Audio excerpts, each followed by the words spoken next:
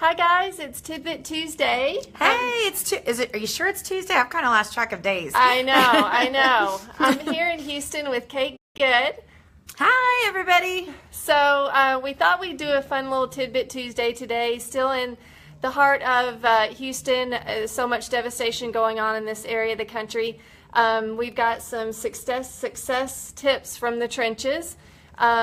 As some of you know, Kate's development property here called Vargos on the Lake was underwater, still is underwater, but their team has done an amazing job of taking care of their residents, and we thought we'd give you a few tips if you happen to be in the unfortunate situation of a natural disaster. First thing I want to say is, like some of you are thinking, that'll never happen to me. That's exactly what we were thinking. Oh, it's just going to be a storm. We've had other rainstorms in Texas. We've had other hurricanes in Southeast Texas. We just didn't think it would be anything like this.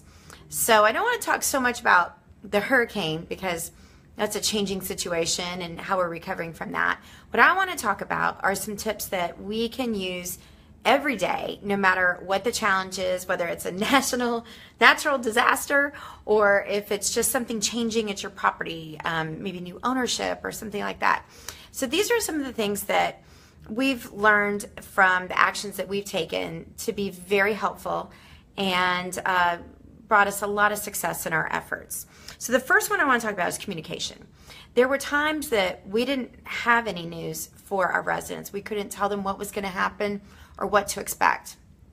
But by communicating to them that we know of the issues, that seemed to help them relieve their minds, that we were on it, we were involved, and that we were there to be hands-on whenever we could, which was all the time through the hurricane. So the thing I want to take away is that we have built a lot of goodwill with our customers because we were front and center. We didn't always have good news, and we didn't always know all the answers.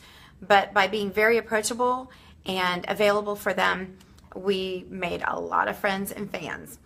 Next up is FaceTime. We didn't hide from our customers. Our office wasn't closed. We were open. We were open past office hours. We were walking hallways. We were talking to people. Anyone that we passed in a hallway, in the parking lot, anywhere, we'd say, how is everything? Is everything okay with your apartment? I think that FaceTime, that human contact made a big difference. It seemed to just relieve people. And then they knew we were on the job and they appreciated us even more. Next up, social media. We used Facebook as our constant communication with customers. We did daily emails to them, but we were doing constant posting on Facebook.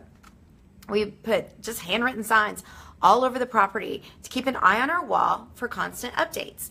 And we would post things such as, we hear Houston's running low on gas. Let's be great neighbors and post where we see gas available. We have an issue right now with our internet and cable down, and everybody's getting a different story when they call the provider. So we've been providing as much information as we can as far as what we know about getting that back online.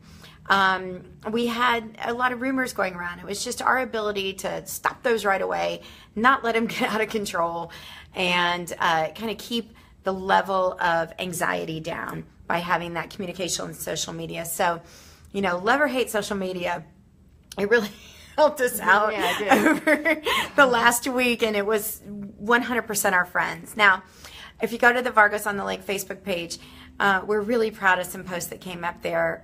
Every time we put a post up, we would get really great comments from our residents, thanking us, telling us we were doing a great job. And then even hearing from some people that aren't our residents saying, when I'm looking for an apartment, I'm moving there. Boom, we love that. The world was falling down around us, and you may feel like that day to day, week to week, month to month at your property too.